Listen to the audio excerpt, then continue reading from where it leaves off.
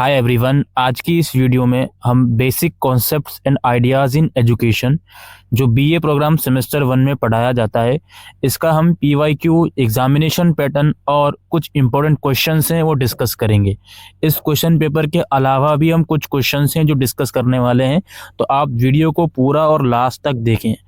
Pattern की बात करें, 90 नंबर का आपका पेपर आएगा और टोटल 7 क्वेश्चंस हैं जिसमें से आपको कोई 5 करने हैं, और क्वेश्चन नंबर 7 जो है वो यहाँ मैंडेटरी रखा गया है। पूरा पेपर या इंग्लिश में दीजिए या फिर हिंदी में दीजिए।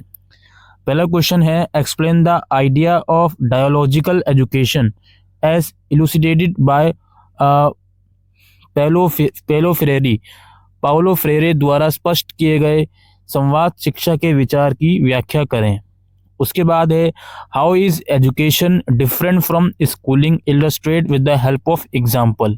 शिक्षा स्कूली शिक्षा से किस प्रकार भिन्न है, उदाहरणों की सहायता से स्पष्ट करें। नेक्स्ट क्वेश्चन है, how does the development of values happen in schools, how does this process come in conflict with socialisation. विद्यालयों में मूल्यों का विकास कैसे होता है, ये प्रक्रिया समाजीकरण के साथ किस प्रकार टकराव में आती है। उसके बाद है, how does education propagate inequalities in a society.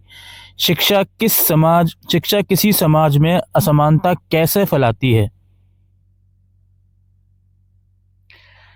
उसके बाद है, discuss the relationship between school and society according to Dewey के अनुसार स्कूल और समाज के बीच संबंधों पर चर्चा करें। दोस्तों, ये क्वेश्चन को एक बार आप ठीक से क्रॉस चेक कर लीजिएगा। उसके बाद है, how was Rousseau's ideas of education progressive. Rousseau के शिक्षा संबंधी विचार किस प्रकार प्रगतिशील थे। उसके बाद लास्ट क्वेश्चन है, जिनमें किन्हीं 5 पर आपको शॉर्ट नोट लिखना है। एजुकेशन एंड इंडोक्ट्रिनेशन, शिक्षा और मतारोपण। उसके बाद है, ideology in relation to curriculum and textbook, पाठ्यक्रम एंड पाठ्य पुस्तकों के संबंध में विचारधारा। और है, Krishnamurti right kind of education, Krishnamurti के अनुसार सही प्रकार की शिक्षा।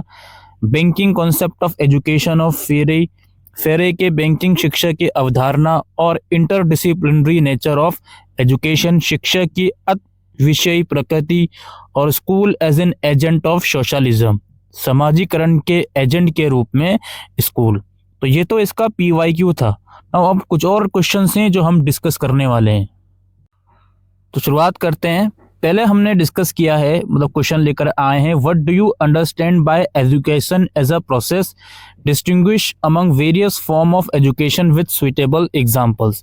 एक प्रक्रिया के रूप में शिक्षा से आप क्या समझते हैं, उपयुक्त उदाहरणों सहित शिक्षा के विभिन्न प्रकारों में अंतर स्पष्ट कीजिए।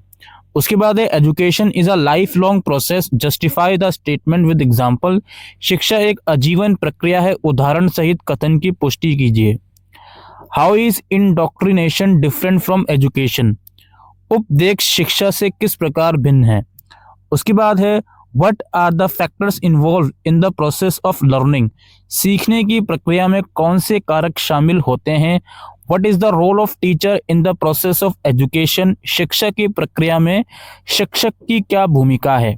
उसके बाद है, mention the 2 major aspects of epistemology and give an example of each type. ज्ञान मीमांसा के 2 प्रमुख पहलुओं का उल्लेख करें और प्रत्येक प्रकार पर एक उदाहरण दें। उसके बाद है, question number 7, family plays an important role in the development of values of an individual, explain the above statement.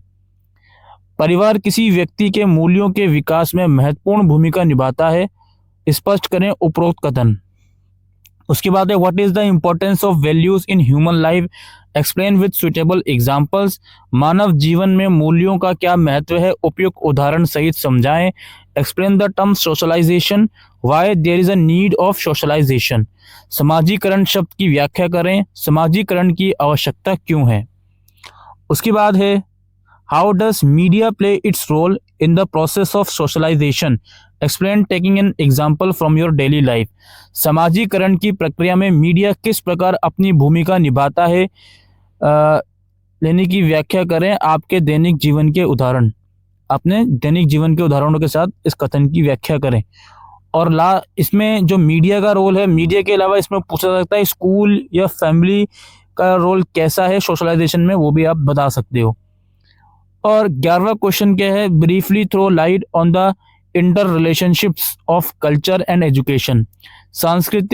संस्कृति एवं शिक्षा के अंत संबंध पर संक्षेप में प्रकाश डालिए।